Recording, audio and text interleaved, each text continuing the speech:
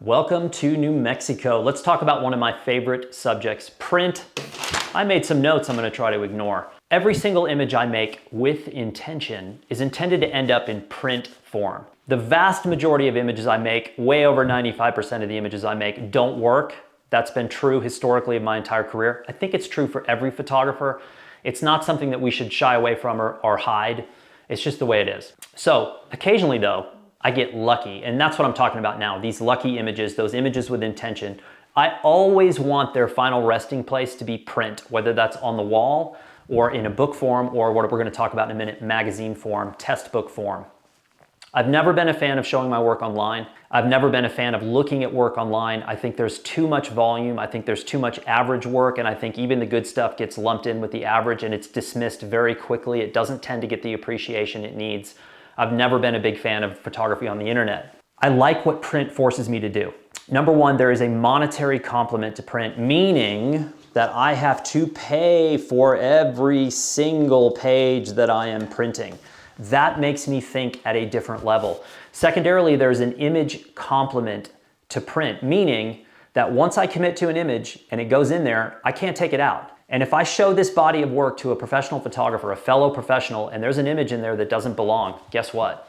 They're gonna point it out and they're gonna say, that image doesn't belong, you should have been a better editor. So I like that. I like that level of thought, and I do not think that level of thought often transcends to the digital space, not just with my own work, but with all of the other work I see. There's very little penalty for leaving images in the digital space. Like an iPad gallery with 150 images, not good. So the last film I made was about using Fuji cameras, and this is kind of about using Fuji cameras because Fuji, like any other camera system, creates a specific file native to that brand. So whether you're using Nikon or Canon or Sony or Leica or whoever, the files that come out of those cameras look native to that system. So I printed something called the Fuji File magazine. And the Fuji File is a 116-page test magazine that shows me how I need to prep my files for print. Now, I printed this on both premium and economy versions of the magazine. With illustrated content, almost 100% of the time, I know already that I'm gonna go with premium.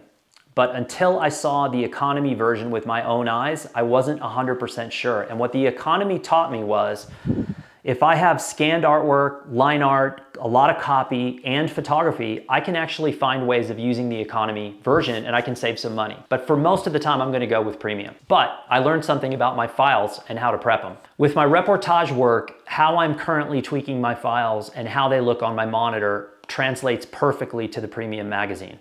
But my portraiture, I feel like needs to be opened about a third to a half stop, my portraits. I like my portraits to be a little brighter, a little more positive. My reportage has historically been dark, grainy, and contrasty. In college, I got an F on every printing assignment I ever did because I refused to make my work look like Ansel Adams. I wanted my work to look dark and unhappy. You know, I mean, who doesn't like dark and unhappy? So anyway, I learned how to prep now for each one of these. One of these has a gloss text paper and one of them has a matte text paper, and those are two entirely different surfaces. There would be no way for me to understand that, how my image is translated, without making test books. Oftentimes what happens to me in the field, I'm out as a blurb person and someone runs into me, especially people newer to the bookmaking system, and they say something along the lines of, well, I've never done this before, but man, it better be perfect. And it always makes me think about the art world in general. What comes from the art world perfect on the first try? Certainly not paintings, certainly not novels, certainly not photo essays, certainly not art books. I don't know anything that doesn't come through revision. This is my first revision with learning how to print files from the Fuji camera. So what is this not? These magazines are not for sale. These magazines are not a testament of my photography. These magazines are not perfect, and these magazines are never going to be seen by anyone other than what you're going to see on this little 1080 film. That's not their intention, but what they are is a roadmap for every single subsequent publication I make with Fuji files in them.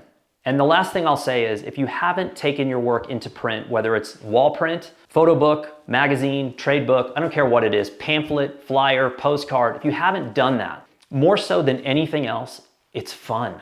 It is absolutely fun. It's addictive. So if you haven't done it, try it.